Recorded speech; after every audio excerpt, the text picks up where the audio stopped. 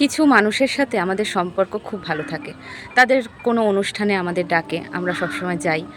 আর এরকমভাবে তাদের প্রত্যেকটা অনুষ্ঠানে, সুবিধায়, তাদের দুঃখ সময় আমরা সবসময় পাশে থাকি।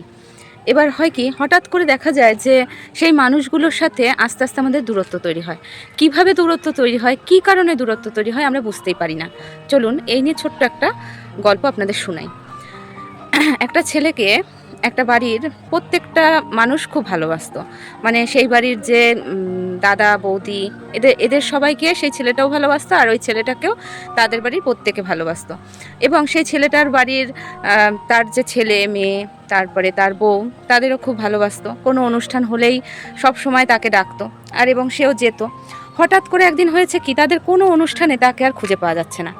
এবার তাদের বাড়ির লোকরা সবাই বলছে যে কি হলো এমন যে ও এখন আসে না, আমরা তো সবসময় ওকে ভালোই বেসেছি, তাহলে ও কেন আসে না?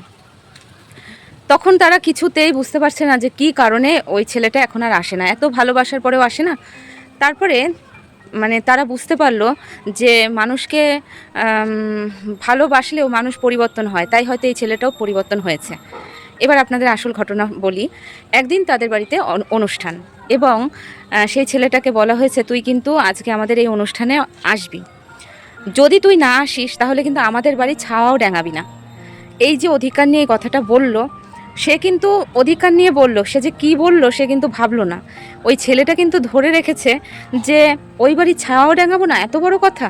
আমাকে ভালোবাসে ঠিক আছে, আমাকে সব অনুষ্ঠানে ডাকে ঠিক আছে, তাই বলে আমাকে এই কথাটা বলতে পারে যে যদি না আসিস আমার বাড়ি ছায়াও ডাঙাবি না? এটাও তো বলতে পারতো তুই যদি না আসিস আমি কিন্তু মনে খুব কষ্ট পাবো। কই, সে তো সেটা বললো না।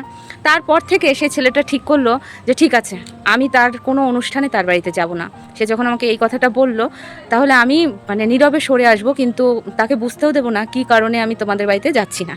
সে তারপর থেকে সেই বাড়ি যাওয়া বন্ধ করে দিল। ওইদিকে তারা ভাবতে থাকলো, এত ভালোবাসি, এত ভালোবাসার পরেও মানুষ কেন এরকম হয়? এত ভালোবাসতাম, এত সব কিছুতে ডাকতাম, সব কিছুতে থাকতে বলতাম, এইভাবে মানুষ বদলে যায়। আসলে কী কারণে যে মানুষ বদলে যায় এটা বুঝতে হবে। ভালোবাসেন দেখে এই না যে আপনার মুখে যা আসে আপনি তাকে তাই বলতে পারেন। সে হয়তো নীরবে সরে গেছে, কিন্তু কথা বলতে পারি দেখে এই না যে আমাদের যা মুখে আসে আমরা তাকে সেটাই বলতে পারি, বা অধিকার আছে দেখেও সবসময় সব কিছু বলা যায় না। ছেলেটাকে যে বলেছিল যে আমার বাড়ি ছায়াও ডেঙাবি না, সেইখানে কিন্তু বলতে পারতো যে তুই যদি না আসিস আমি কিন্তু মনে খুব কষ্ট পাবো, তোর কিন্তু আসতেই হবে, তোর অপেক্ষায় থাকলাম। এই কথাটা একরকম, আর তুই যদি না আসিস আমার বাড়ির আর মানে কোনো দিনও আমার বাড়ি ছায়া ডেঙাবি না, এটা কিন্তু ঠিক না।